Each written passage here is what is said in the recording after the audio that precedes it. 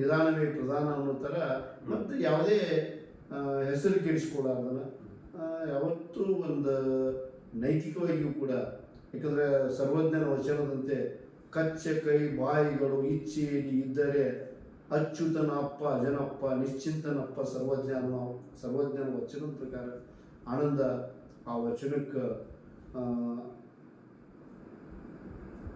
ಹೌದು ಅನ್ನುವಂಗ ನಡ್ಕೊಂಡವ.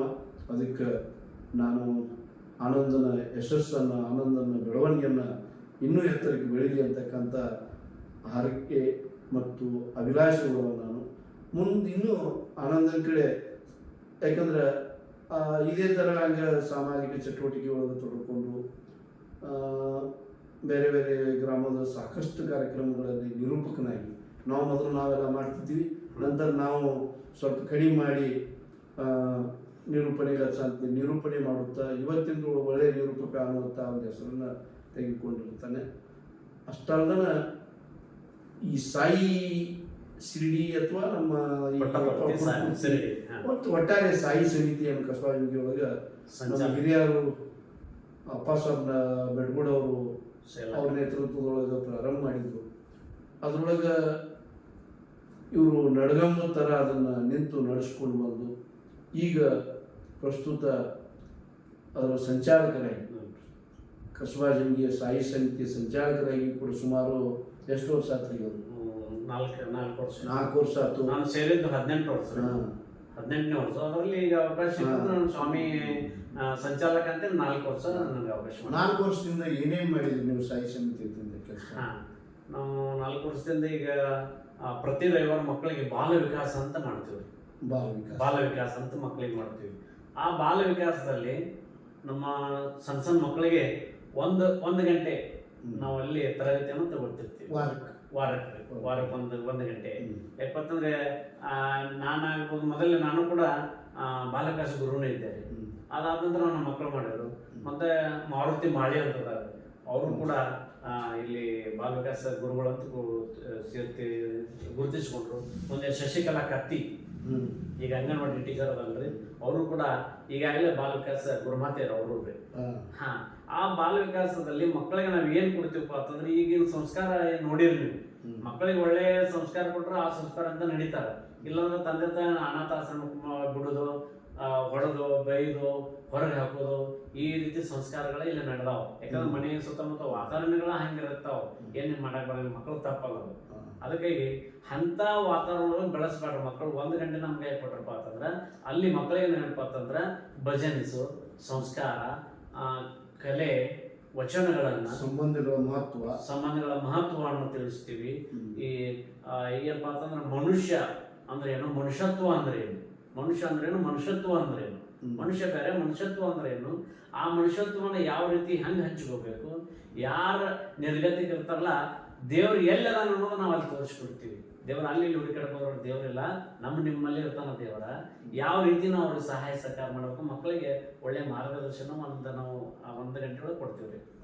ಅಲ್ಲಿ ನೀವು ಬಾಲ ವಿಕಾಸದಾಗ ಮಕ್ಕಳಿಗೆ ಏನು ಕಲಿಸ್ತಿರ್ತಿಲ್ಲ, ಅದಕ್ಕೆ ಸಂಸ್ಕಾರ ಗೀತೆಗಳು ಇರ್ತಾವ. ನೀವು ಯಾವ್ದು ಕಲಿಸ್ತೀರಿ ಹೆಚ್ಚಾಗಿ ಪ್ರಧಾನವಾಗಿ? ಒಂದಾದ್ರೆ ಯಾವ್ದಾದ್ರು ಒಂದು ಸಂಸ್ಕಾರ ಗೀತೆ ಹೇಳ್ರಿ. ಈ ಸಂಸ್ಕಾರ ಗೀತೆ ಅಂದ್ರೆ ಅದ್ರೊಳಗೆ ಭಜನ್ಸ್ ಬರ್ತಾವ್ರಿ ಸಾಯಿ ಭಜನ್ ಅಂದ್ರೆ ಮಕ್ಕಳಿಗೆ ನೀತಿ ಹೇಳುವಂಥವು. ನೀತಿ ಹೇಳುವಂತ ಗೊತ್ತಂದ್ರೆ ಇದು ಬರುತ್ತೆ, ಗುರು ಬಾಬಾ ಅಂತ ಭಜನ್ಸ್ ಬರ್ತದೆ. ಗುರು ಬಾಬಾ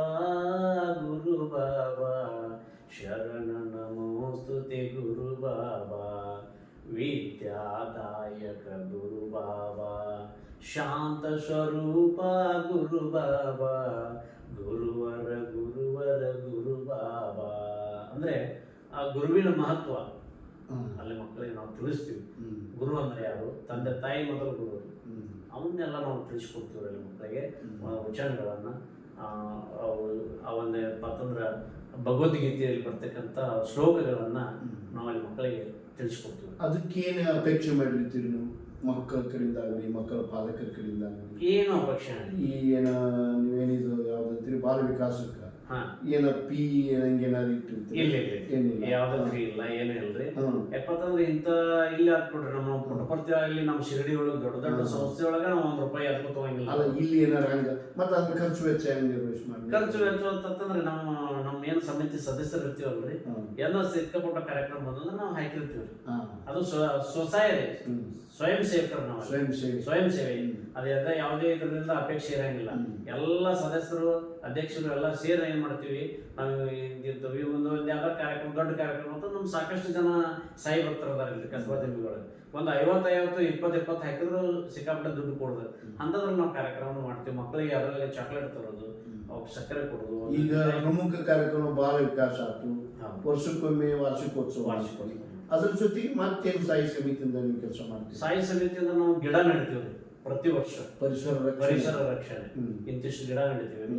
ಮುಂದೆ ಏನಪ್ಪಾ ಅಂತಂದ್ರ ಉಚಿತವಾಗಿ ಮಕ್ಕಳಿಗೆ ಭಜನ್ ಟ್ರೈನಿಂಗ್ ಕೊಡ್ತೀವಿ. ಮಕ್ಕಳಿಗೆ ಆಯ್ತು ಮತ್ತೆ ಸದಸ್ಯರಿಗೆ ಆಯ್ತು ಭಜನ್ ಟ್ರೈನಿಂಗ್. ಮುಂದೆ ಏನಪ್ಪಾ ಅಂತಂದ್ರೆ ಈಗ ಒಂದು ಆರೋಗ್ಯ ಇಲಾಖೆ ವತಿಯಿಂದ ಒಂದು ಕ್ಯಾಂಪೌಂಡ್ ಹಾಕಿರ್ತೀವಿ ನಾವು. ನಿಮ್ಮ ಸಮಿತಿಯ ಸಹಯೋಗದಲ್ಲಿ ಕ್ಯಾಂಪ್ ಹಾಕಿರ್ತೀವಿ. ವ್ಯವಸ್ಥೆ ನೀವು ಮಾಡ್ತೀರಿ, ಅವರು ಇಲಾಖೆಯವರು ಬಂದು ಸಹಕಾರ ಮಾಡ್ತಾರೆ. ಮೆಡಿಕಲ್ ಕ್ಯಾಂಪ್ ಅಂತ ಕರಿತಿರುತ್ತೆ. ಮೆಡಿಕಲ್ ಕ್ಯಾಂಪ್ ಹಾಕ್ತೀವಿ. ಮುಂದೆ ಸಾಕಷ್ಟು ನಾವು ಈಗ ಮನೆಗೆ ಹೋಗಿ ಭಜನೆ ಮಾಡ್ತಿರ್ತೀವಿ ಪ್ರತಿ ಗುರುವಾರ. ತಮಗೂ ಗೊತ್ತೈತಿ, ಪ್ರತಿ ಗುರುವಾರ ನಾವೇನ್ವಿ ಬೆಳಿಗ್ಗೆ 4 ಗಂಟೆಗೆ ದೇವಸ್ಥಾನಕ್ಕೆ ಹೋಗ್ತೀವಿ. ಈಗ ನಮ್ಗೆ ಒಂದ್ ಸ್ವಲ್ಪ ದೇವಸ್ಥಾನಕ್ಕೆ ಗಾಣಿಗಾರ ತೇಲಿ ಮಲ್ಲಪ್ಪ ಅಂತ ಹೇಳ್ರಿ, ವೆಂಕಟೇಶ್ವರ ಚಪ್ರಪ್ಪನ ಗುಡಿ ಏನಂತೀರೋ ಅದ್ರ ಅಧ್ಯಕ್ಷ. ಅವ್ರು ಒಂದು ಒಂದು ನಮ್ಗೆ ನಿಮ್ಮ ಸ್ವಾಮಿ ಭಜನಕ್ಕಾಗ್ಲಿ ಬಾಲ ವಿಕಾಸಕ್ಕಾಗ್ಲಿ ಅನುಕೂಲ ಮಾಡ್ಕೊರಪ್ಪ ಅಂತ ಒಂದು ಕೂಲಿ ಅಂತ ಬಿಟ್ಟು ಕೊಟ್ಟಾರ ನಮ್ಗೆ. ಗುಡಿಯೊಳಗಿಂದ ಒಂದು ಭಾಗ ಅದನ್ನ ಮಾಡ್ಕೊರಂತ ಅವ್ರು ಕೊಟ್ಟಾರ. ಅವ್ರಿಗೂ ಕೂಡ ನಾನು ಧನ್ಯವಾದ ತಿಳಿಸ್ತೇನೆ. ಯಾಕಂದ್ರೆ ನಾವು ಪ್ರತಿ ಗುರುವಾರ 4 ಗಂಟೆಗೆ ಆ ದೇವಸ್ಥಾನಕ್ಕೆ ಅಲ್ಲಿ ಓಂಕಾರ ಸುಪ್ರಭಾತವನ್ನು ಹೇಳ್ತೀವಿ ಬೆಳಿಗ್ಗೆ. ಓಂಕಾರ ಸುಪ್ರಭಾತವನ್ನು ಪ್ರತಿ ಗುರುವಾರ ಹೇಳಿ ಭಜನೆ ಊರಾಗ ನಗರ ಸಂಕೀರ್ತನ ಬಿಡ್ತೀವಿ.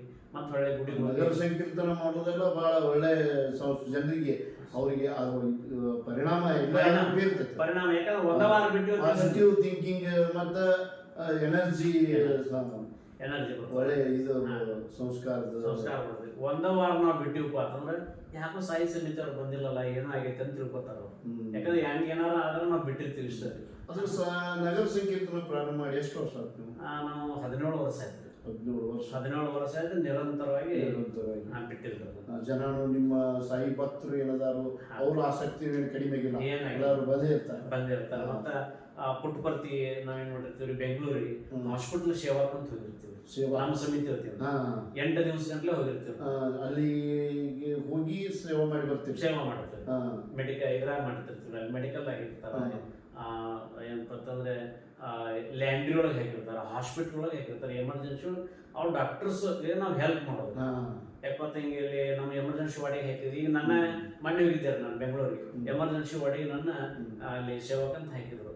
ನನ್ನ ಯಾರೋ ಒಳಗಡೆ ಹೋಗ್ಬೇಕು, ನನ್ನ ಕೇಳೇ ಒಳಗೆ ಹೋಗ್ಬೇಕು. ಅವರು ಅವಾಗ ಡಾಕ್ಟರ್ ಕೇಳೋ ನಾವು ಇರ್ತೀವಿ. ಬ್ಲಡ್ ತೊಗೊಂಡ್ಬರೋರಿ, ಬ್ಲಡ್ ಚೆಕಪ್ಗೆ ಹೋಗ್ರಿ, ಹಿಂಗೆಲ್ಲ ಹೆಲ್ಪ್ ಮಾಡ್ತಿರ್ತೀವಿ. ಅಲ್ಲಿ ನಾವು ಸೇವೆಯನ್ನು ಮಾಡ್ತೀವಿ. 8 ದಿವಸ ನಿಸ್ವಾರ್ಥ ಸೇವೆ. ನಿಸ್ವಾರ್ಥ ಸೇವೆ. ನಾವೇನ್ ನಮ್ಮ ಬಸ್ಸಾರ ಮಾತ್ರ ನಾವು ಹಾಕೊಂಡು ಹೋಗ್ಬೇಕು. ಅಲ್ಲಿ ಹೋದ್ರೆ ನಮ್ಗೆಲ್ಲ ವ್ಯವಸ್ಥೆ ಫ್ರೀ ಆಗಿರ್ತದ, ಎಲ್ಲ ಫ್ರೀ ಆಗಿರ್ತದೆ. ಒಳ್ಳೆ ಒಂದು ಧಾರ್ಮಿಕ ವಾತಾವರಣದೊಳಗೆ ನೀವು ಕಾಲ್ ಕಳಿತೀರಿ, ಸೇವಾ ಮಾಡಿ ತೃಪ್ತಿ ಇರ್ತೈತಿ. ಸೇವಾ ಈ ಪರಮೋ ಧರ್ಮ. ನಮ್ಗೇನ ಮತ್ತ ಭಗವಂತನ ಪುಣ್ಯದಿಂದ ನಮ್ಗೇನ ಉಣ್ಣಾಕ್ ಕಡಿಮಲ್ಲ, ತಿನ್ನಾಕ್ ಕಡಿಮಲ್ಲ. ಇನ್ನು ಮೊದಲನೇಪ್ಪ ಅಂತ ನಾವ್ ಈ ಹೇಳಿದಿನಲ್ರಿ, ನಾ ಈ ಮಟ್ಟಕ್ಕೆ ಬರ್ಬೇಕಾದ್ರೆ ಆನಂದ ಗುರುತಿಸ್ಕೋಬೇಕಾದ್ರೆ ನಮ್ಮ ಸ್ಥಳೀಯ ಮಾಳಿ ಸಂಸ್ಥೆ, ನೀವೇನು ಸಂಸ್ಥೆ ಹುಟ್ಟಾಕಿದ್ರಲ್ಲ ಆ ಸಂಸ್ಥೆಯಿಂದ ನಾವು ಸಾಕಷ್ಟು 17 ವರ್ಷ ಮಾಡಿದೀವಿ.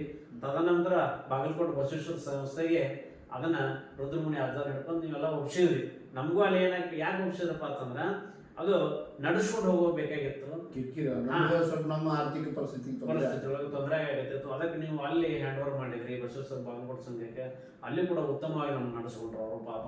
ಯಾಕಂದ್ರೆ ಅಂತ ಕೊರೋನಾ ಟೈಮ್ ಐತಿಪ್ಪ ಅಂತಂದ್ರೆ ನಮ್ಗೆ ಕುಂದಿಸ್ ಪಗಾರ ಕೊಟ್ಟರು. ಅದೇನಿಲ್ಲ ಅಂತ ಭಾಳ ಒಂದು ಸಂಸ್ಥೆ. ಯಾಕಂದ್ರೆ ನಮಗೂ ಒಂದು ಹೆಮ್ಮೆ. ನಾನು ಅಲ್ಲಿ 30 ವರ್ಷ ಸೇವೆ ಸಲ್ಲಿಸೀನಿ. ಅದೆಲ್ಲ ನಿಮ್ಮ ಸಹಾಯ ಸಹಕಾರ ನಾನು ವಿಶೇಷವಾಗಿ ನಿಮ್ಗೆ ಧನ್ಯವಾದಗಳನ್ನು ನಾನು ಅರ್ಪಿಸಬೇಕು. ಯಾಕಪ್ಪ ಅಂತಂದ್ರೆ ನಾ ಹೇಳ್ತಿರ್ತೀನಿ, ನಮಗೆ ಕೆಲವರು ಅಂದಿರ್ತಾರೆ ಯಾಕೆ ಅಡ್ಡಾಡ್ತೀವಿ ಅವ್ರ ಜೋಡಿ. ಎಲ್ಲ ನಾನು ಆನಂದ ಅಂತ ಗುರುತಿಸ್ಕೋಬೇಕಾದ್ರೆ ಮಾಳೆಯವರ ಕಾರಣ. ಅದಕ್ಕಾಗಿ ಅವ್ರ ತಾಸು ರಾತ್ರಿ ಕರೆದ್ರೆ ನಾವು ಹೋಗ್ತೀನಿ ಅಂತೇಳಿ ಅವ್ರಿಗೆ ನಾನು ಆನ್ಸರ್ ಮಾಡೀನಿ. ಸಾಕಷ್ಟು ಜನ ಮಾಡ್ಯಾರ, ಅವ್ರಿಗೂ ಕೂಡ ನಾನು ಮಾಡೀವಿ. ಅದಕ್ಕೆ ಯಾಕಂತಪ್ಪ ಅಂದ್ರೆ ನಮ್ಮ ಭಗವಂತ ಒಳ್ಳೆ ಬುದ್ಧಿ ಕೊಡ್ಲಿ, ಒಳ್ಳೆ ಬುದ್ಧಿ ಕೊಡ್ಲಿ ಭಗವಂತ ಅಂತ ಹೇಳ್ತಾ ಅದಕ್ಕೆ ಸಾಕಷ್ಟು ಇನ್ನೂ ಏನಪ್ಪ ಅಂತಂದ್ರೆ ಸಮಾಜ ಸೇವೆಯನ್ನ ನಮ್ಮ ಕೈಲಾದಷ್ಟು ಮಾಡ್ತೀವಿ. ನನಗೆ ಅಷ್ಟೊಂದು ಆರ್ಥಿಕ ಪರಿಸ್ಥಿತಿ ಸರಿ ಇಲ್ಲ, ಇದ್ರೂ ಉಣ್ಣಾಕ ತಿನ್ನಕ ನನಗೇನು ಕಡಿಮೆ ಇಲ್ಲ. ಅಷ್ಟೇ ನಾನು ಸೇವೆ ಮಾಡಿದ್ರೆ ನನ್ನ ಮಕ್ಳು ಇಬ್ರು ಟೀಚರ್ ಆಗಿ ಕೆಲಸ ಮಾಡಾಕ್ತಾರೆ. ನಾನು ಅಲ್ಲಿ ಮಕ್ಕಳಿಗೆ ಶಿಕ್ಷಣ ಕೊಟ್ಟೇನಲ್ಲ, ಇಲ್ಲಿ ನನ್ನ ಮಕ್ಕಳು ಕೂಡ ಇದೆ ನಾಲ್ಕು ಮಕ್ಕಳು, ಇಬ್ರು ಒಬ್ರು ಬಿಕಾಮ್ ಮಾಡಿಸಿದ್ರ, ಬಿಕಾಮ್ NTC ಇದೆ, ಒಬ್ರು ಡಿ.ಎಡ್ ಒಬ್ಬರದು. ಅವರು ಬರಗಿಗೆ ಹೋಗ್ತಾರೆ ಸ್ಕೂಲಿಗೆ, ಅಲ್ಲಿ ಜೋಗಿ ಅವ್ರ ಸ್ಕೂಲ್, ಸ್ಕೂಲ್ ಹೋಗ್ತಾರೆ. ಮೊದಲೇ ಅವ್ರು ಏನ್ ಮಾಡ್ಯಾರ ಪ್ರಾಪ್ತಿ ಕುಂಕಾಲೆ, ಮೊದಲು ಕುಂಕಾಲೆಗೆ ಹೋಗ್ತಾರೆ. ಪ್ರಾಪ್ತಿ ಮತ್ತು ದೀಪ್ತಿ ಒಳ್ಳೆ ಹಾಡುಗಾರರು. ಮುಂದೆ ಇವ ವಿಷ್ಣುಮೂರ್ತಿ ಈ ಸಾರಿ BA ಮಾಡಿದಾನ್ರಿ. ಮುಂದೆ ಇನ್ನೊಬ್ಬಕ್ಕೆ ಸ್ಫೂರ್ತಿ ಅಂತದಲ್ಲ, ಈ ಸಾರಿ ಕೊನೆ ಎಲ್ಲ ನಮ್ಮ ಈ ಸಾರಿ SSLC ಎಲ್ಲ ನಮ್ಮ ಬಸವೇಶ್ವರ ಸಂಸ್ಥೆಯಲ್ಲೇ ಕಲ್ತದ್ದು. ನಮ್ಮ ಜ್ಯೋತಿ ಶಾಲೆ ಮತ್ತು ಬಸವೇಶ್ವರ ಸಂಸ್ಥೆಯಲ್ಲಿ ಕಲ್ತ ಅವರು ನಮ್ಮ ಮಕ್ಕಳು. ನಾನು ಅಲ್ಲಿ ಸೇವೆ ಮಾಡಿದ್ದು ಇಲ್ಲಿ ಮುಟ್ಟಾಗತ್ತದ, ಅಲ್ಲಿ ಮಕ್ಕಳಿಗೆ ಸೇವೆ ಮಾಡಿದ್ದು ಇಲ್ಲಿ ನನ್ನ ಮಕ್ಕಳಿಗೆ ತೃಪ್ತಿ ಅದ. ಮತ್ತು ಇವತ್ತಿನ ಈ ಇದ್ರೊಳಗೆ ಯಾಕಂದ್ರೆ ಸಾಯಿ ಸಂಸ್ಕಾರ, ಸಾಯಿ ಭಕ್ತ ಸಮಿತಿ ಅಧ್ಯಕ್ಷ ಸಂಘಟನೆಗಳಾಗಿ ಬಹಳಷ್ಟು ಯುವಜನತೆ, ಇವತ್ತಿನ ಯುವಜನತೆ ಆಚರಣೆ ನೋಡಿದ್ರಿ ಏನು ಅನಿಸ್ತದೆ ನಿಮಗೆ? ಇವತ್ತಿನ ಯುವಜನತೆ ನೋಡ್ರಿ ಭಾಳ ಯುವಕರು ಭಾಳ ದಾರಿ ತಪ್ಪಾಗ್ತಾರೆ. ಯಾಕಂದ್ರೆ ವಿಶೇಷ ಹೇಳಪ್ಪ ಅಂತಂದ್ರೆ ನಿಮಗೆ ಆಧ್ಯಾತ್ಮ ಕಡೆಗೆ ಒಲವು ಇಲ್ರಿ ಜನರು, ಅಲ್ಲಿ ದಾರಿ ತಪ್ತಾರೆ. ಏನ್ ಮಾಡ್ತಾರೆ ಯುವಕರು? ಈ ನಮ್ಮ ರಾಜಕಾರಣಿಗಳು ಆ ಯುವಕರನ್ನ ಏನ್ ಮಾಡ್ತಾರಪ್ಪ ಅಂತಂದ್ರೆ ತಮ್ಮ ಕಡೆ ಹೇಳ್ಕೊಂಡು ಹೋಗ್ತಾರೆ. ನಾನು ರಾಜಕಾರಣಿ, ನೀವು ರಾಜಕಾರಣಿ ಅದೇನಂದ್ರು ನೀವು ನಮ್ಮ ರಾಜಕಾರಣಿ ದುಡಿಲ್ಲಲ್ಲ, ನೀವು ಆಧ್ಯಾತ್ಮ ಕಡೆ ದುಡಿರಿ, ನಮ್ಮನ್ನ ಉದ್ಯೋಗ ಹಂಚಿದ್ರಿ.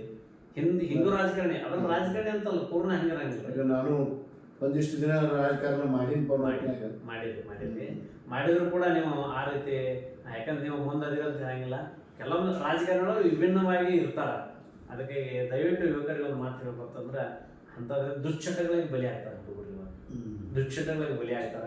ದಯವಿಟ್ಟು ರಾಜಕಾರಣ ನಾನು ಒಂದು ವಿನಂತಿ ನೋಡ್ಕೊಳ್ಳೋದಂದ್ರೆ, ನಿಮ್ಗೆ ಹೆಂಗೋ ಈ ಒಂದು ಸಂಸ್ಥೆಗೆ ಅಧ್ಯಕ್ಷ ಸಂಚಾಲಕರಲ್ಲಿ ಹೆಂಗ ಬಾಲ ವಿಕಾಸ ಮಕ್ಕಳಿಗೆ ಮಾಡಾಕತ್ತೀವಿ, ಅದೇ ಬಿಡಿ ಈಗ ಮಕ್ಕಳನ್ನ ಮುಂದೆ ಯುವಕರಕ್ಕಾರು ಅದು ಬೇರೆ ಅದನ್ನ ಮಾಡಕ್ ತಪ್ಸಬೇಕು ಗೊತ್ತಾ.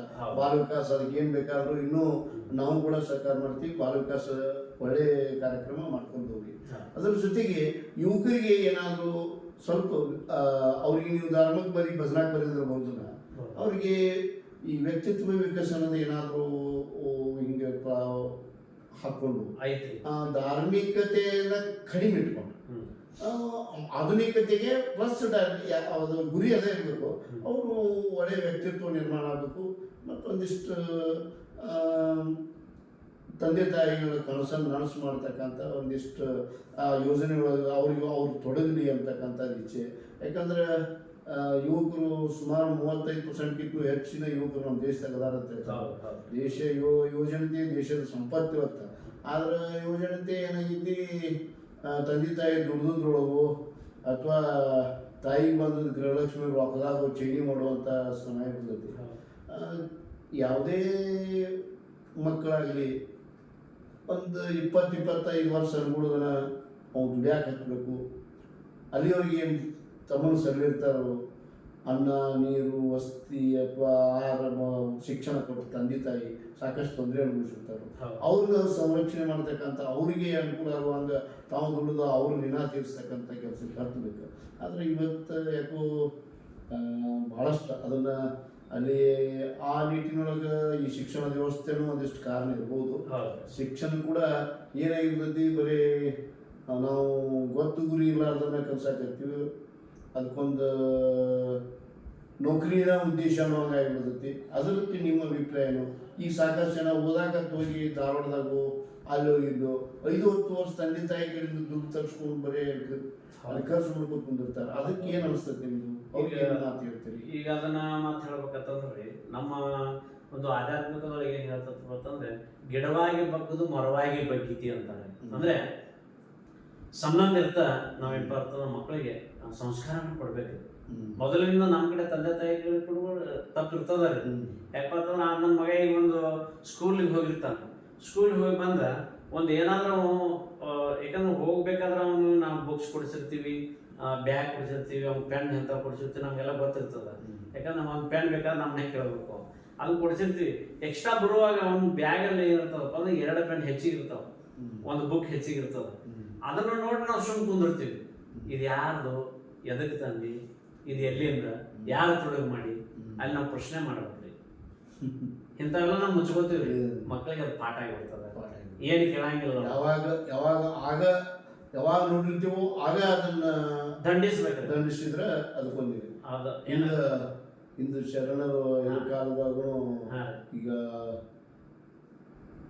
ಐದಕ್ಕಿ ಮಾರಮ್ಮನ ಸಂದರ್ಭ ಒಂದು ವಚನ ಹೇಳ್ತಾರಲ್ಲ, ಈಸಕ್ಕಿ ಆಸೆ ನಿನಗೇಕೆ ಮಾರಯ್ಯ, ಹೋಗಿ ಚೆಲ್ಲಿ ಬಾ ಬಸವಣ್ಣನ ಅಂಗಳದಲ್ಲಿ ಹೇಳ್ತಾಳ.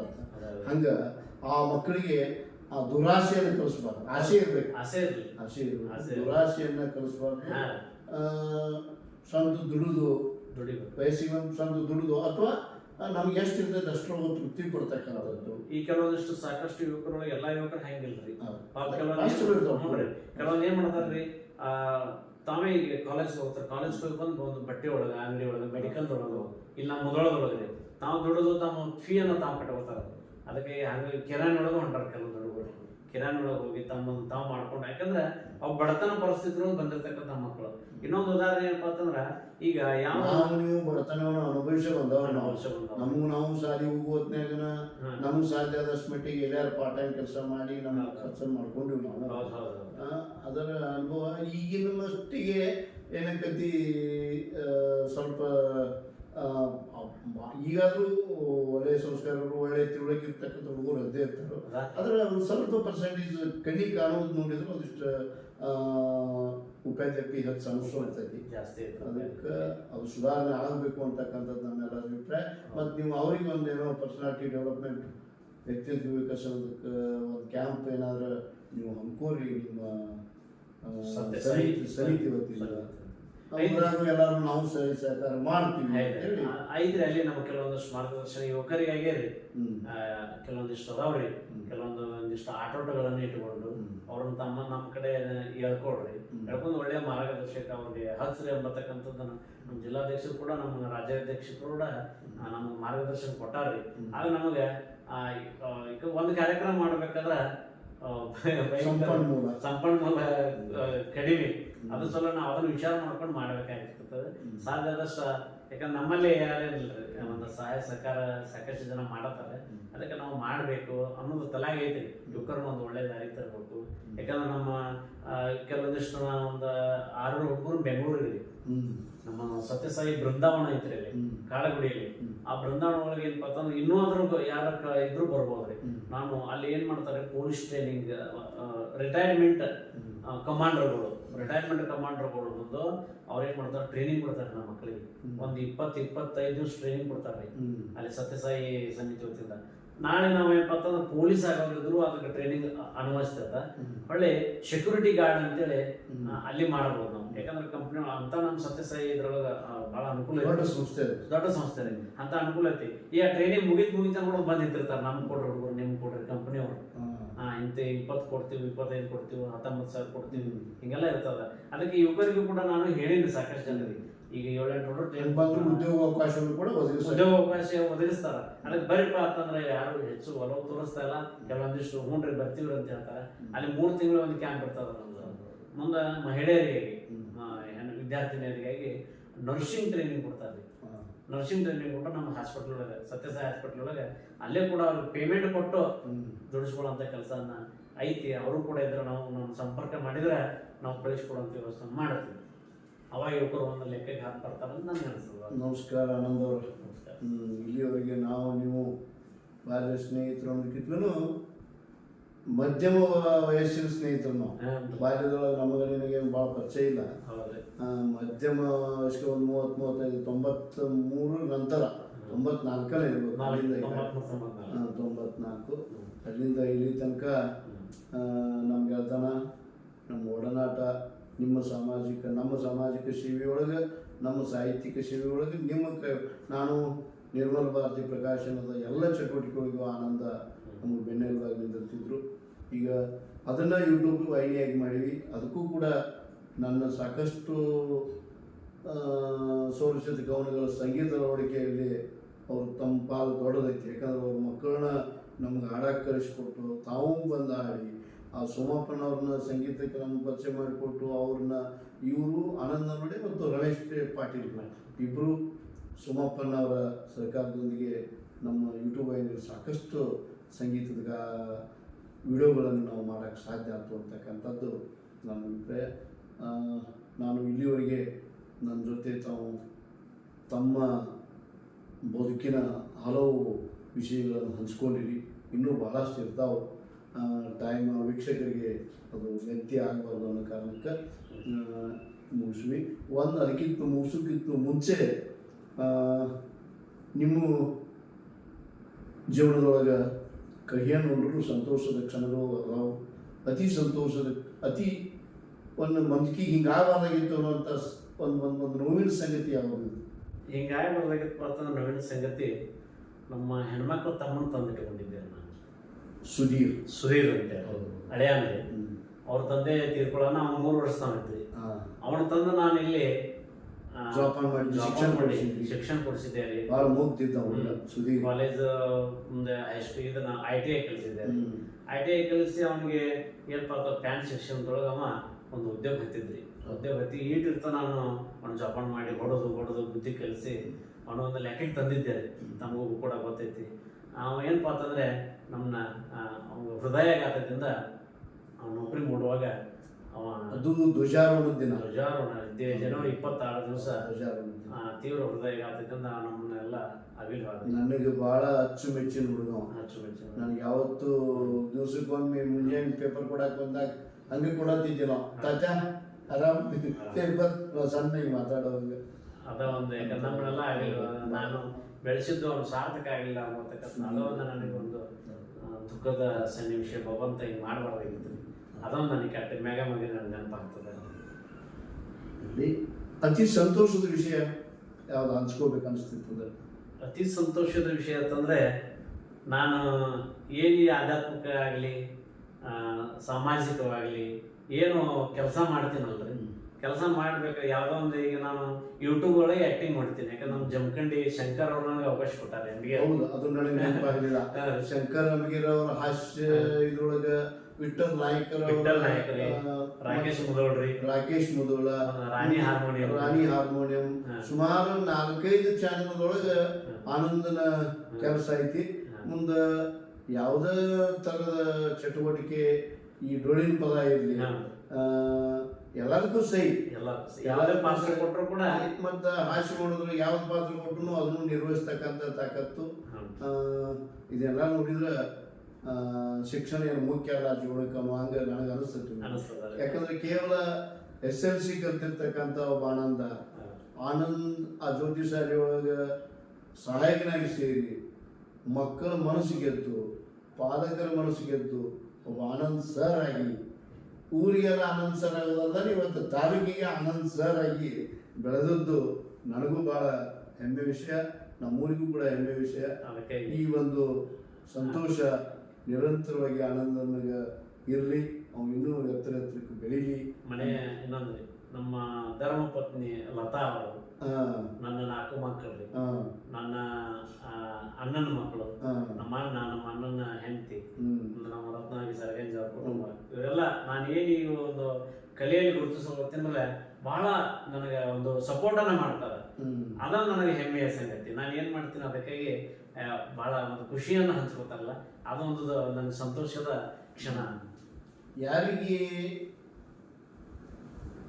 ಏನೋ ಜೀವನದೊಳಗೆ ನನ್ನ ಕಷ್ಟ ಕಾಲದೊಳಗೆ ನಾನು ಇದ್ರೊಳಗೆ ನನಗೆ ಭಾಳ ಇದಾಯ್ತು, ಇಂಥವ್ರಿಗೆ ನಾ ಒಂದೇನೋ ನನ್ನ ಮನಪೂರ್ವಕವಾಗಿ ಧನ್ಯವಾದಗಳನ್ನು ಹೇಳಬೇಕು ಅನ್ನೋಂಥ ಇದೆ ಇದ್ರೆ ಯಾರಿಗೆ ಹೇಳ್ಬೋದು? ನಾನೀಗ ನನ್ನ ಮೊದಲೇ ಏನಪ್ಪ ಅಂತಂದ್ರೆ ನನ್ನ ತಾಯಿಯವರು, ನನ್ನ ತಾಯಿಯವರು ರಾಜಕಟ್ಯ. ನಾನು ಏನು ಮಾಡ್ತೀನಿ ಅದರೊಳಗೆ ಅವರು ಸಂತೋಷ ಅಂತ ಕಾಣ್ತಿದ್ದಾರೆ, ಅತಿ ಸಂತೋಷ. ಒಂದಿನ ನಾನು ಇವತ್ತು ರವಿವಾರ ಐತಂದ್ರು ಶಾಲೆ ಹಾಕ್ಬಿಟ್ಟು, ರವಿವಾರ ಆಯ್ತು ಅನ್ನೋದು ಅವ್ರಿಗೆ ಗೊತ್ತಿರಂಗಿಲ್ಲ. ಶಾಲೆ ಹಾಕ್ಬಿಟ್ಟಿಪ್ಪ, ನೀ ಶಾಲೆಗೆ ಹೋಗು, ಶಾಲೆ ಹಾಕ್ಬಿಟ್ಟು ಶಾಲೆಗೆ ಹೋಗು ಅಂಥದ್ದು ಇದು ಮಾಡ್ತಿದ್ರು. ಒಳ್ಳೆ ಈಗಾದರೂ ಕೂಡ ನಾನು ಶಾಲೆಯಿಂದ ಹೊರಗೆ ಉಳಿದನಂದ್ರು ಎಷ್ಟೊತ್ತು ಮತ್ತು 4 ಹಳ್ಳಿ ಒಳಗೆ ಈಗ ಅಡ್ಮಿಷನ್ ಭಾಳ ಅಂತ ಹೇಳಿ ಅಡ್ಮಿಷನ್ ಕೇಳಿ ಹೋಗಿರ್ತಾರಲ್ಲ ಅವ್ರಿಗೂ ಕೂಡ ಆನಂದ್ ಸರ್ ಅದಾರ ನಿಮ್ಮ ಶಾಲೆಗೆ ಅಂತ ಕೇಳ್ತಾರೆ ರೀ. ನನ್ನೂ ಕೂಡ ಫೋನ್ ಹಚ್ಚಿ ಕೇಳ್ಯಾರ ಅದೇನ್ರಿ ನಾನು ಶಾಲೆಗೆ ಅಂತ ಅವ್ರಿಗೆ ಹೇಳ್ತೀನಿ. ಅಂದ್ರೆ ಅಂಥ ಒಂದು ಎಲ್ಲರೂ ಅವ್ರಿಗೂ ಇರಲಾರ್ದೆ ನನ್ನ ಗೆಳೆಯರು ತಾವು ನನ್ನ ಹಿತೈಷಿಗಳು ಎಲ್ಲರಿಗೂ ಕೂಡ ಎಲ್ಲರೂ ನನಗೆ ಸಾಕಷ್ಟು ಸಪೋರ್ಟನ್ನು ಮಾಡ್ತಾ ಇದ್ದಾರೆ. ಏನಪ್ಪ ಅಂತಂದರೆ ಪರೋಕ್ಷವಾಗಿ ಅಪರೋಕ್ಷವಾಗಿ ಕೂಡ ಸಾಕಷ್ಟು ಜನ ನನಗೆ ಬೆಂಬಲ ಕೊಡ್ತಾರೆ, ಸಾಕಷ್ಟು ಕಾಮೆಂಟ್ಗಳನ್ನು ಹಾಕಿರ್ತಾರೆ, ಹಿಂಗೆ ಮಾಡಿರಿ ಹಿಂಗೆ ಮಾಡಿರಿ ಹಿಂಗೆ ಮಾಡಿರಿ. ಯಾವ್ರು ಏನು ನನಗೆ ಒಂದು ಸಂತೋಷನ ನನಗೆ ಏನಪ್ಪ ಅಂತಂದ್ರೆ ಒಂದು ಹುಮ್ಮಸ್ಸು, ಒಂದು ಪ್ರಶಸ್ತಿ ಅಂತ ನಾನು ತಿಳ್ಕೊಂಡಿದ್ದೀನಿ. ಅದಕ್ಕಾಗಿ ನನಗೆ ಯಾವ ಒಂದು ದೊಡ್ಡ ಪ್ರಶಸ್ತಿಗೆ ಅದಕ್ಕೆ ಇದಕ್ಕೆ ಬಾಜಿಂದ ಆಗಬೇಕು ಆಗಬೇಕು ಅಂತೇಳಿ ಆಸೆ ಇಲ್ಲ. ನನಗೇನಪ್ಪ ಅಂತ ಸಾಮಾಜಿಕ ಸೇವೆಯಲ್ಲಿ ತೊಡಗಿಸ್ಕೊಳ್ಳೋದು ಒಂದು ದೊಡ್ಡ ಪ್ರಶಸ್ತಿ, ನಿರ್ಗತಿಕರ ಸೇವೆ ಮಾಡೋದು ಒಂದು ದೊಡ್ಡ ಒಂದು ಪ್ರಶಸ್ತಿ ಅಂತೇಳಿ ಸ್ವಾಮಿ ನನಗೆ ಅವಕಾಶ ಮಾಡಿಕೊಟ್ಟಾರೆ.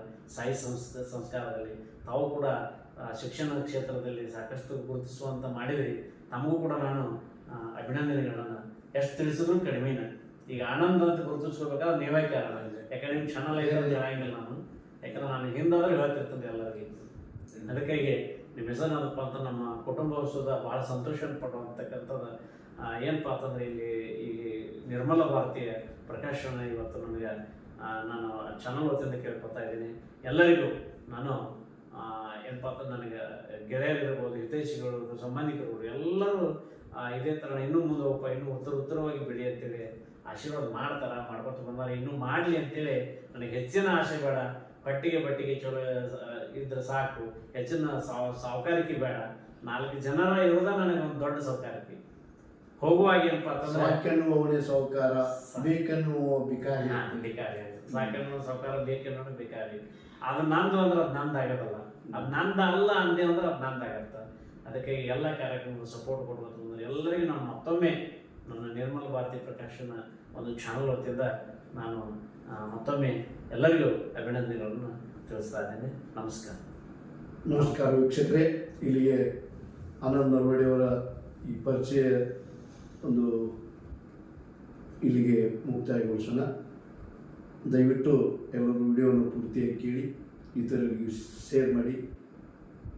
ಯಾರಿಗಾದರೂ ಒಂದಿಬ್ಬರಿಗಾದರೂ ಈ ಒಂದು ಆನಂದ್ ನಲ್ವಡಿಯವರ ಜೀವನ ಪ್ರೇರಣೆ ಆದರೆ ಅದು ಸಾರ್ಥಕ ಆಗಿತ್ತು ನಮ್ಮ ಶ್ರಮ ಅಂತಕ್ಕಂಥದ್ದು ನನ್ನ ಇಚ್ಛೆ.